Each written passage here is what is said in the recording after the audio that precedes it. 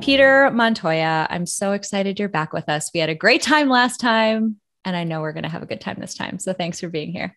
April, I'm thrilled to be here. Since I was last on your show, we became Facebook friends. Yay! And so I've got a little insight into what your world is like and who you are personally when you're not behind the microphone. Yes. It's great getting to know you.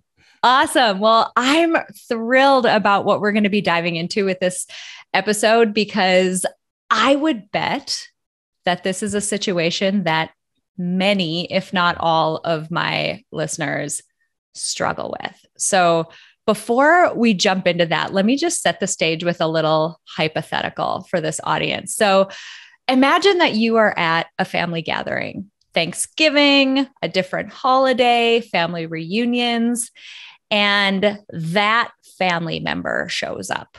You know, that one whose Facebook posts you maybe really hate. You disagree with them politically. You can't understand how they think the things they do. Yet, here you are at the family gathering and you have to hang out and it needs to go well. How many people have been in that situation? I've definitely been in that situation.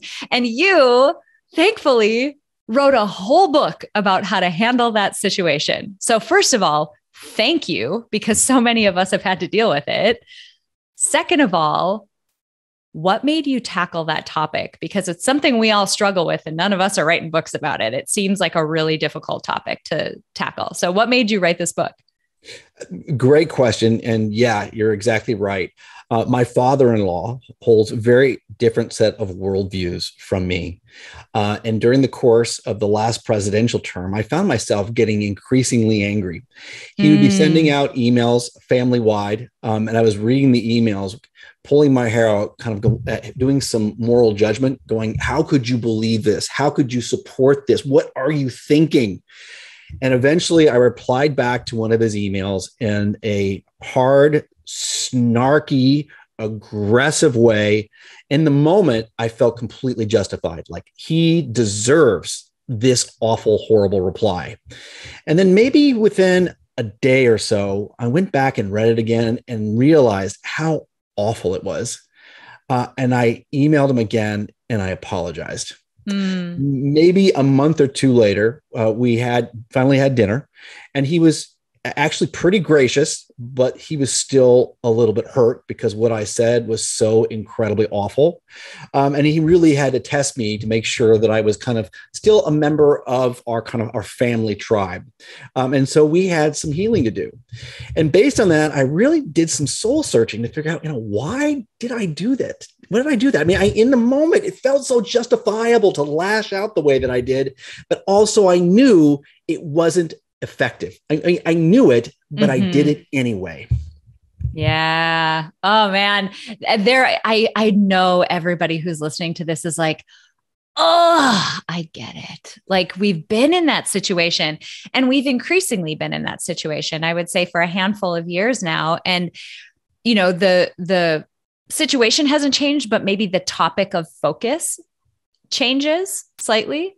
I guarantee that there are people, and I'm going to say the divisive words right now. I guarantee that there are people who are struggling in conversations with COVID, with their families, with the vaccine, with their families, with mask mandates, with their families, politically, with the new administration, with their families, the old administration, et cetera, et cetera. I mean, immigration with their family, like all of these topics. That how many of those words that I just said are just on the do not talk about list when the family's together? So probably all of them, right? And everybody is like, she's saying them out loud and cringing in their cars as they're listening to us. But okay, so you wrote this book and you titled it something pretty provocative. You titled it The Second Civil War, A Citizen's Guide to Healing Our Fractured Nation. Woo!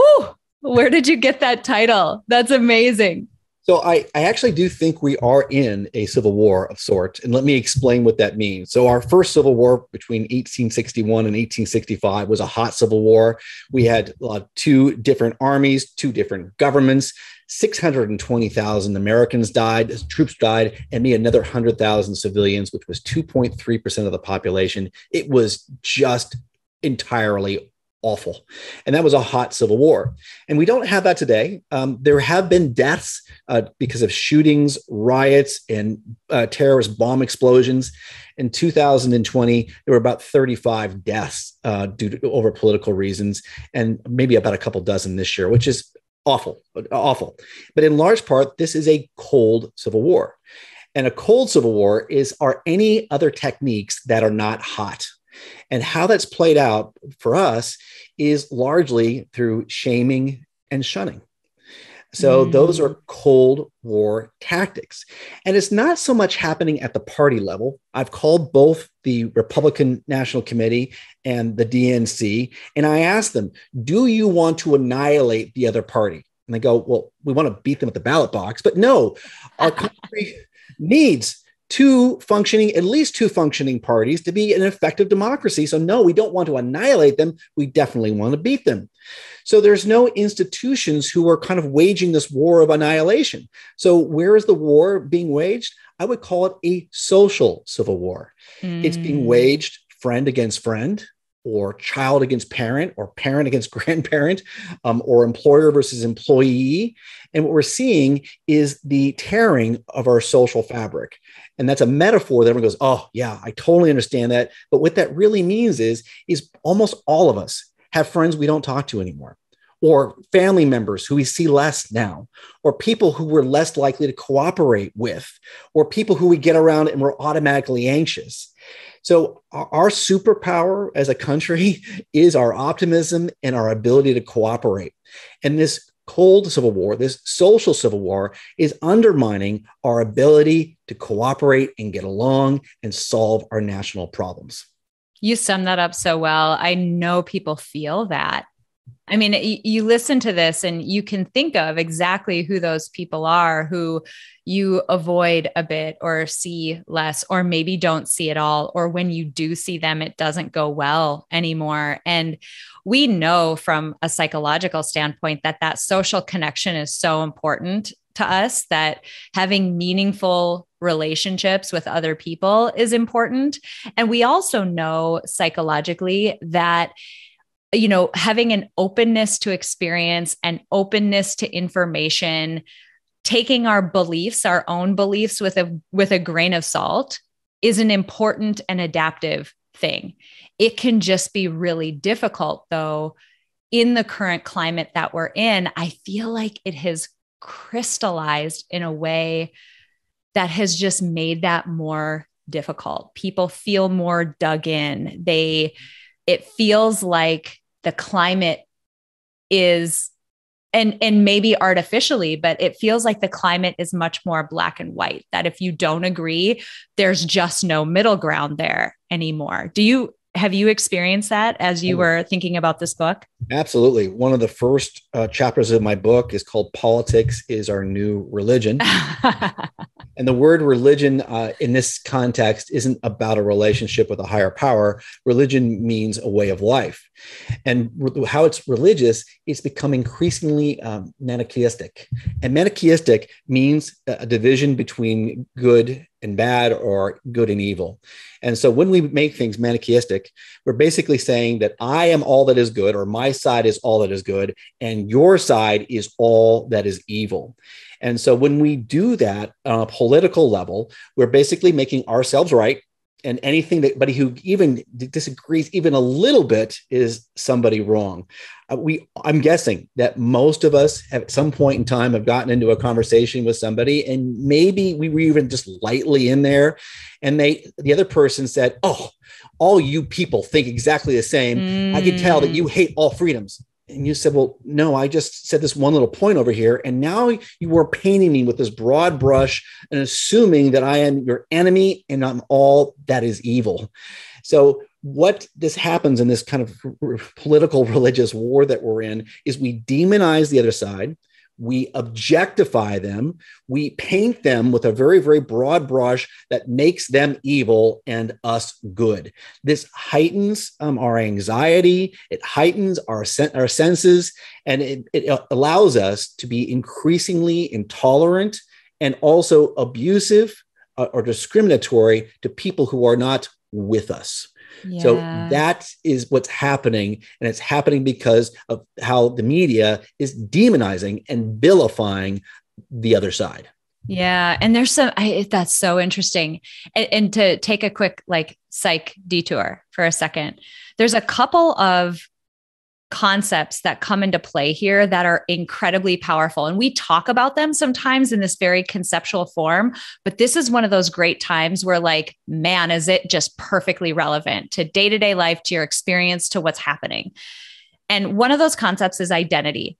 Identity is a very fluid thing from a cognitive perspective. Identity isn't the role that you play. It's not like I'm a mom, I'm a sister, I'm a entrepreneur. Like, no, we think about identity as the stuff your mind has learned about you and people like you. What has it learned about you? And if that's very broad, right? That could mean things like, oh, people like me are honest, or people like me are compassionate. It can be words like that. It can also be people like me vote this way. Mm-hmm. We've incorporated these political parties into our identity. It almost feels as though this is an unchangeable, there when we were born aspect of us. And that's just not the case. This is, as you know, like it's fictitious. These parties could change and morph, and new ones can spin off and whatever. Like it's a fluid thing, but we've incorporated it into our identity. And then what happens is the second concept. Once we believe that there's an us and a people like us, we naturally create outgroups. So there's this in-group, out-group effect. If you want to Google and go back to Psych 101, this in-group, out-group effect where it goes back to our tribalism, right? Like we need to hoard resources and we're better and we need to keep all the whatever animals and foraging for ourselves and keep it away from other people who we are in conflict with or in competition with. So we do this like, a big, deep part of our identity becomes this, political leaning. And it doesn't matter, even if you're a centrist, that becomes this harsh part of your identity or this solid part. And you begin to create fake boundaries between you and other people along a thing that isn't even a real concept to begin with. It's a thing that people invented. And so I just wanted to take a quick psych detour because we've talked about those concepts a lot of times on the podcast. And when you speak about something in a conceptual way, it can be applied in a lot of different circumstances, but this one is beautifully applicable for things that we've talked about in the past. You are speaking directly out of my book, so I couldn't. I love it. We are more tied to our identities than we probably have been in 20 or 30 years. And that political affiliation is first and foremost at the front of our minds more than at any time in yours and I's lifetime. So with identity also comes that tribal affiliation. And during the course of writing this book, I have increasingly become a tribal primist. Here's what that means is I took my Psych 101 class, and you learn in Psych 101, you learn about all these different cognitive biases. And there's kind of a laundry list of them. You learn about confirmation bias, you learn about motivated reasoning, and you learn about disconfirmation bias, and you learn about these heuristics where you trust certain people more, and you learn about your in and out group bias. And in and out group bias is the word for tribalism. You kind of learn them all together, and you kind of go, oh, these all have equal standing. And increasingly, I really think that tribalism is a master bias, and many of the other biases are actually in service of that tribal bias. So in our ancient minds, and we go back 10,000 years, and if you and I were in a tribe, April, most likely we were in a tribe of about 100 or 150 people. We all spoke the same language. We all knew exactly who was related to whom. We ate together, fought together to get resources. We protected each other. We knew each other inside and out. And we trusted everybody in the tribe because we were so incredibly insular and connected. And so if you and I were out walking through the forest one day and we saw somebody from another tribe, our midbrain would have just gone berserk. we would have gone into fight or flight mode. We would have raised our spears, started yelling, and either we would have fought these people or we would have backed off and away from them. And we're going, okay, well, Peter, that's really wonderful and nice, but that was 10,000 years ago. Well, I've got news for you. Your brain has not evolved yet. Yeah. It's still the same brain and it still has the same instincts. So we're much more civilized. That's the nature of our culture now. We're much more civilized. We're less likely to want to hit or hurt somebody who disagrees with us. But inside of our mind, it still has the same kind of a reaction. It's still going, you disagree with me? Oh my gosh, what is wrong with you? Our prefrontal cortex, which does the reasoning and the logic, takes a holiday. It's gone. And now our limbic system is in full control. And that's why these political conversations aren't rational. All we're basically doing in those political conversations is we're not talking about policy. We're not discussing what's the best course. What we're basically doing is saying, my dad is better than your dad, like a third grade argument, or I believe that Superman can beat a Batman, or I can beat you up. That's basically what's happening. We're fighting for psychological status of our tribes. Totally agree. I totally agree. Okay. So let's go back to that analogy or that, example that we started off with. You're at the family gathering, that family member shows up and for whatever reason, these topics come up because as much as you try to avoid them, it ends up happening. And you find yourself in this conversation that you don't want to be in. You have a set of approaches to these conversations. Can you run us through those? Because this is all wonderful. I love talking psych concepts and theory, but when it comes down to it, and again, the front of my brain is shutting off and I'm like raging at my family member, it's good to have some stuff I can rely on. So could you take us through that list? Absolutely. So the first approach, I'm going to give you a couple different approaches. And the first approach is absolutely don't have those conversations. Now, you've heard that before. I think it's, never talk at the dinner table about politics or religion. You've heard that before. But however, we've been increasingly breaking that rule. And here is why you shouldn't have that conversation. That conversation is not a conversation. It isn't the exchange of ideas. It's not empathetic. And it's not there to help us understand what is the best course of our country. All most people are doing there is they're trading their tribal badges as a way of saying, I'm in this tribe. What tribe are you in? And I want to psychologically beat down your tribe. So once you understand that's what's happening and you realize there absolutely is no winning, there is no purpose of it, it kind of helps you realize you should just avoid it in the first place. So we all have these tribal badges.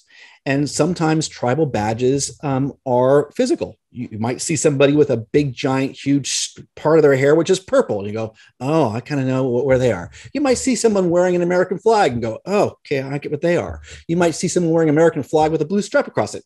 And all of a sudden, we make these kind of judgments about which tribe they belong to. And we go, okay, I know who they are. And those visual cues are very, very apparent, no matter how small they are. But more importantly, more increasingly, we're using these verbal tribal badges. And these are phrases. So you look at any controversy and increasingly things that should not be political are political. So Simone Biles this last week, she decided to step down and not compete in one of the events that she was in. And one side of the argument was, well, we applaud her and her own agency for knowing herself well enough to not actually do something. It was courageous to step back. And the other side of the argument was, oh my gosh, she promised and vowed to represent our country, and she just thumbed her nose at our country by doing so. And so we all like to think, well, gosh, I'm an original thinker and I have my own original thoughts. Well, you might be, but most likely you're not. Those talking points were just fed down through the ecosystem. You picked up on those talking points, and now you believe they're your own. It's called cryptomnesia. where you hear Wow. information, you don't remember where it came from, and now that's what you believe. And so Amazing. go to dinner or a lunch or whatever it is, and someone brings up Simone Biles. Hey, what do you think about the Simone Biles controversy? And what they want to hear is the same talking point they've heard. And when you give a different talking point, all of a sudden they're going, oh, this person's not in my tribe. And then we're right back where we were 10,000 years ago to going, you're not with me, you're against me, and you are my enemy. So we're not nearly as sophisticated as we think we are. We are a bunch of shaved apes with meat computers still in these tribal battles. Oh, that's just romantic to think about it that way.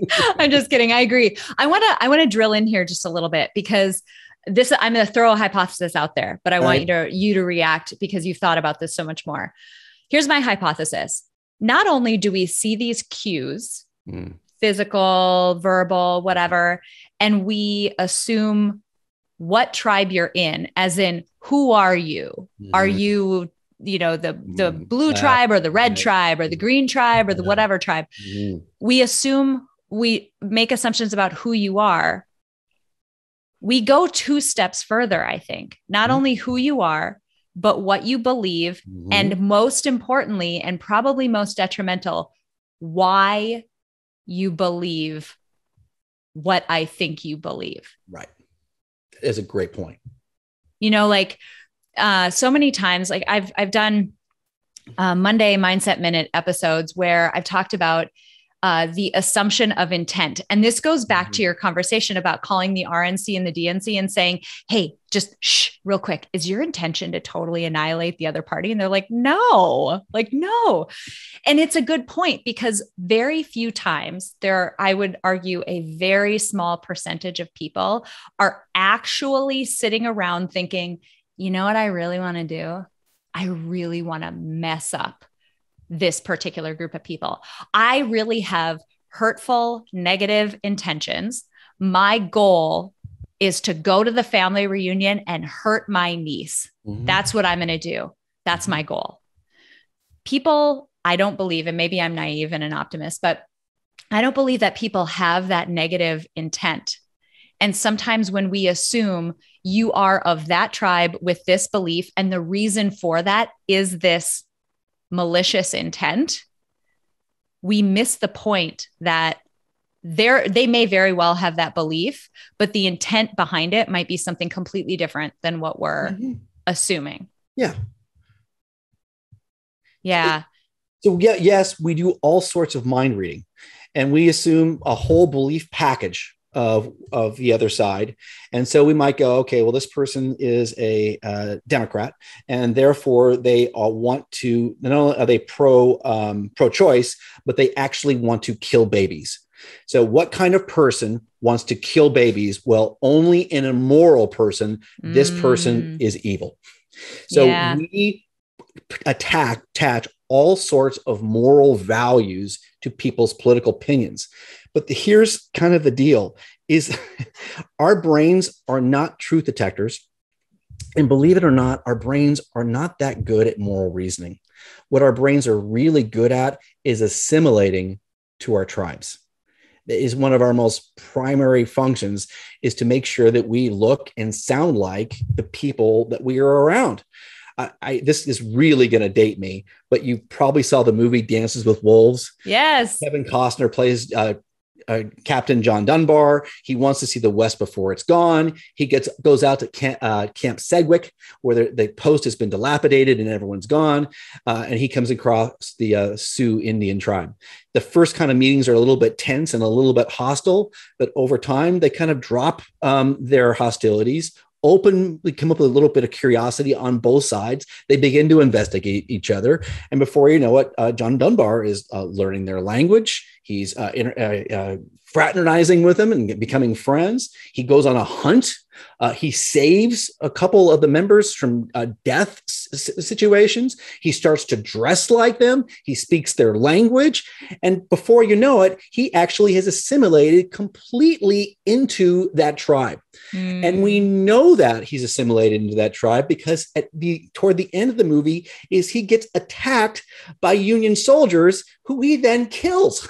So, and what he did, that assimilation, is what every single one of us would do in the same scenario. We come to assimilate the look, the culture, the war paint, the hairstyle, the beliefs, and even the moral reasoning of the groups that we're part of. Yeah. So what we believe down in our very, very ancient brains is to assimilate to a tribe is the surest way of our safety. And to go against the tribe is near certain death. And so when we belong to a political or social structure that does things that are clearly immoral, I mean, we can look at the Nazi party, so we're not looking at anything that's temporal right now. There are people who were Nazis, who were supportive of that regime, who knew what was happening, and they are actually good people. They were good people caught up in a system, but they couldn't go against it. So we're not terribly good about moral reasoning once we're part of a tribe. What we really want to do is assimilate, and that means support the group that we're in.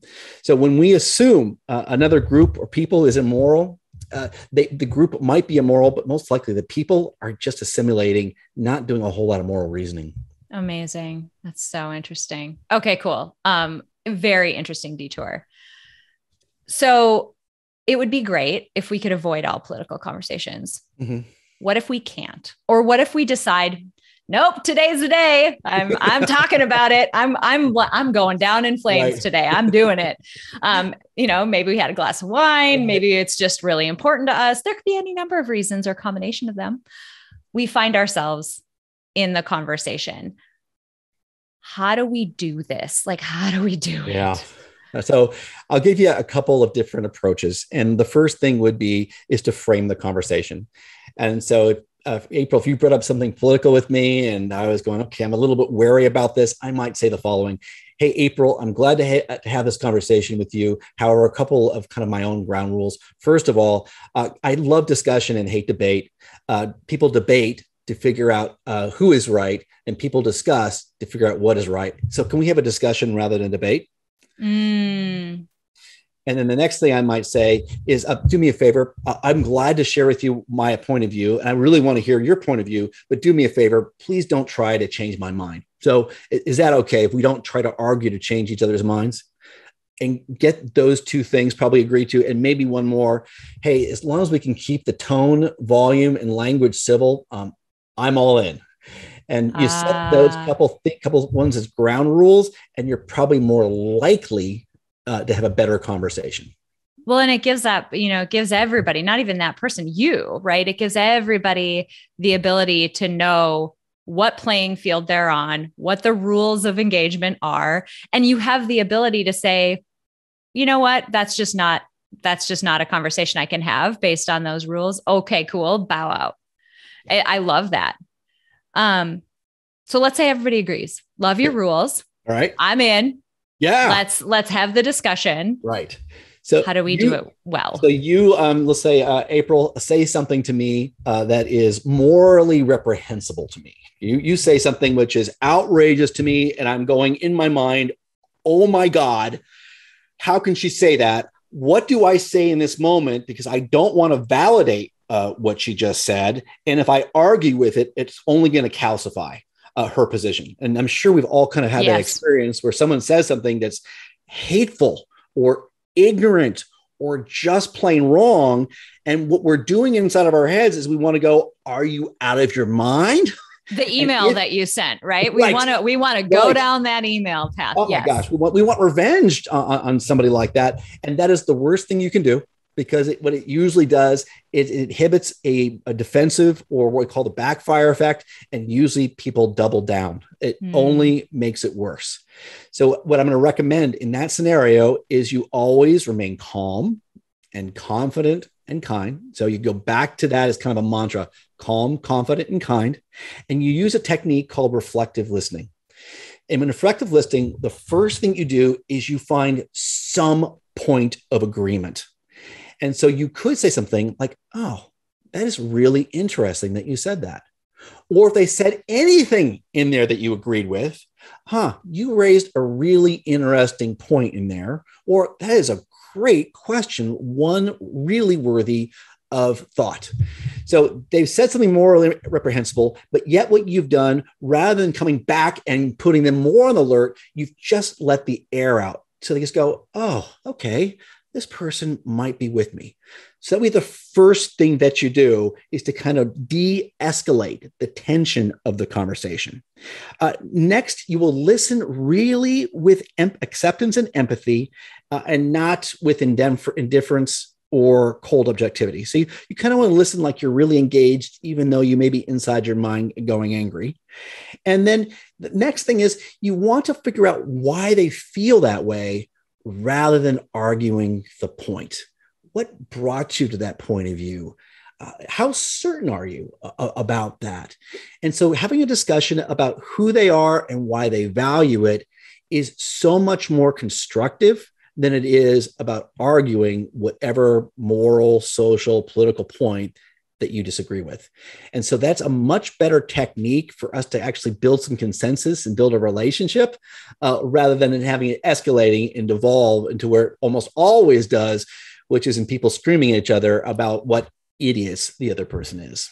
Yeah. And that's a really interesting piece around asking those questions around the why, because it gets back to what we were talking about before. Chances are, to me, like if you ask that laddering why question enough, you get to some really core needs. There's not that many that we have as human beings. And when you get down to it, a lot of really disparate, like opposing views all ladder down to the basics of, I want to keep my kids safe. Yeah. You're just going about it in wholly different ways. But if you can get down to that core of why I want to keep my kids safe, you may vehemently disagree on the how, but the why of it might be just that tiny thread of connection. I couldn't agree more. I was having these political battles maybe 15 years ago with my neighbor across the street, and we really disagreed then at the time over the Iraq war and climate change and things like that. Did you toilet paper his house? You toilet paper his house? No, I didn't. I'm just kidding. Such a good guy. Anyway, I really kind of spent at night. So I was going, he completely disagrees with me on the Iraq war and on climate change. And I was so angry about that. And I thought, you know what? We both love our kids. We both live in the same socioeconomic neighborhood. We're 95% the same. We love jokes, and we would play poker together, and we would eat chips and salsa, and we would have so much fun together. So why am I letting these two issues, which really are not germane to our everyday life, get in the way of our relationship? So that was kind of one of my first kind of inklings to realizing that we really probably agree on 60, 70, 80% of things. And why do we let these things of disagreement ruin the other places of agreement? Yeah, I love that. Okay. So let's say you're in this conversation though, and they really say something terrible.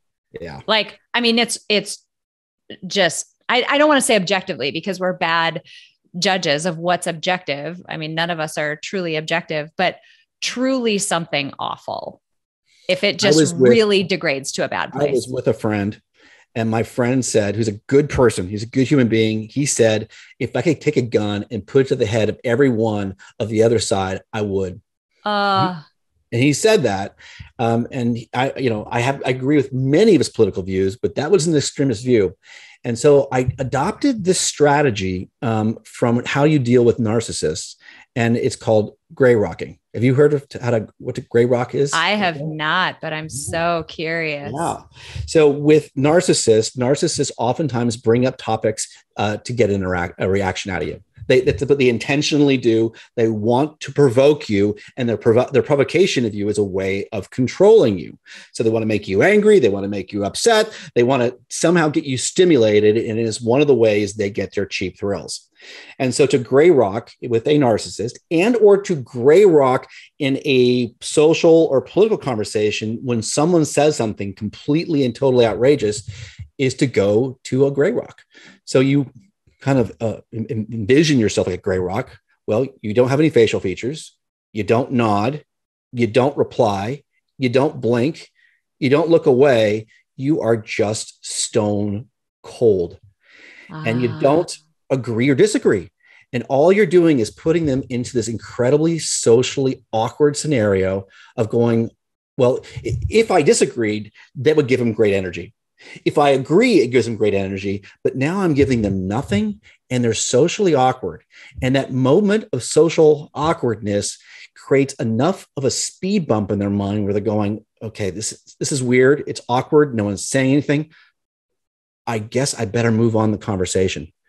And so you can be in those moments and not give them the satisfaction of agreeing, and not give them the satisfaction of disagreeing, which is just another way that they can double down on some awful, horrible, immoral thought.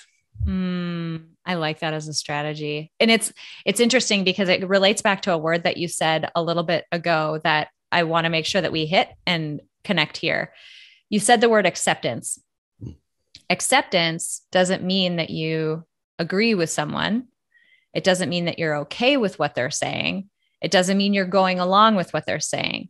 It just means that you are acknowledging that, yep, that's what was said, with very little judgment. And you're not getting hooked or attached to what they're saying. It's more of a position of an observer saying, that's what happened, period. That's the thing they said. Yeah. And that can be, it's a misunderstood tactic because it gets misconstrued for agreement, not agreement. It's a way for you to psychologically position yourself in a place where you can remain calm, where you aren't getting as hooked. You're not allowing, to use a poker reference, because you brought it up, you're not going on tilt. You're not getting emotional about it. It's sticking to just the facts of what happened. Yep. That's what you said. There that is. and then allowing that awkward moment to happen. That's a great tactic. I love that so much. The goals of all 5 of these strategies is to improve relationships. Yeah. That's what we want. How do we improve relationships, reduce our anxiety, and take the politics out so we can have closer connections, cooperate better, and increase our social cohesion, and so we can live longer, happier lives? I feel like you need to go give a workshop like in the government. You need to go sit in the aisle of the Senate and just talk it out with people, because this is all great for us. And I think it is extremely helpful around our dinner tables, but man, you should be in the halls of the government. I think so. Giving this exact information. I think so too. Thank you. This is awesome. This has been so helpful. I'm curious, you've answered this question before, but I ask everybody, and I want your new and improved or updated or whatever answer to what it means to be psychologically strong. I think about this question a lot. And my answer today is to hold oneself in high regard despite one's failings. Oh, that's so good. I am a flawed human being. I make mistakes every single day. I'm oftentimes real, and I'm embarrassed by the things I do and say. However, I hold myself in high enough regard that I can forgive myself and persist. So I don't let my mistakes hurt, harm, hinder my ongoing healthy esteem and confidence. I like that so much. Just to make a connection too, for folks listening to this, last month in August, there were 2 Monday Mindset Minute episodes, one that focused on building self-trust and one that focused on forgiving yourself. They're kind of 2 sides of the coin, right? Like, how do I forgive myself when I haven't lived up maybe to where I want to be? Flip side of that coin, how do I build trust by sort of basking in the things that I've done well? Just want to make a note. You might want to go back and listen to those because there's a couple just challenges of things that you can try and do that exactly hit on that. I love that so much. Thank you. It has been so great to reconnect. I love the work you're doing. It's so needed in the world right now. It has just been so great to have you on. I just appreciate you spending some time with us today. You are one of my favorite hosts. I'm not saying it because I'm here right now, but I think you are a marvelous conversationalist and you add so much insight along the way. So I love having conversations with you, April. I love it. Tell us where we can get your book, where people can find more about you, because you have an incredible body of work that is so much larger even than this book, although it's extremely valuable in the times that we're in. So where's all your stuff online? Great question. So the new book is called The Second Civil War, A Citizen's Guide to Healing Our Fractured Nation. And you can find that both on Barnes & Noble and on Amazon.com. I would love for you to buy a copy and read it for yourself. You will find that it is incredibly digestible, easy to understand, and very, very practical. We just touched the top of the surface. We just scraped the surface of what the depth of that book is. And then once you read it, I would love it if you passed it along to one of your friends or family who you know needs it. And the one who needs it is the one who can't let go of politics. They're always bringing it up, and they're in the Second Civil War. This is a great practical book for them. I would love it if you did that. And then also you can find more about me at petermontoya.com, petermontoya.com. I'm a speaker. I'm an author. I'm an entrepreneur. So I keep myself pretty busy. Yes, I love it. That's why we get along. I'll make sure I link to both of those things on the episode description and on your show notes page, so it makes it easy for people to get to it. This has just been a pleasure. I appreciate you being on, you sharing this new book with us, especially at a time when we absolutely need it. Thanks so much, Peter. Thank you, April. If you are more committed to national unity than partisanship, please check out my book, The Second Civil War, A Citizen's Guide to Healing Our Fractured Nation. My book will challenge you to improve your relationships with friends and family. Click the link in the description below.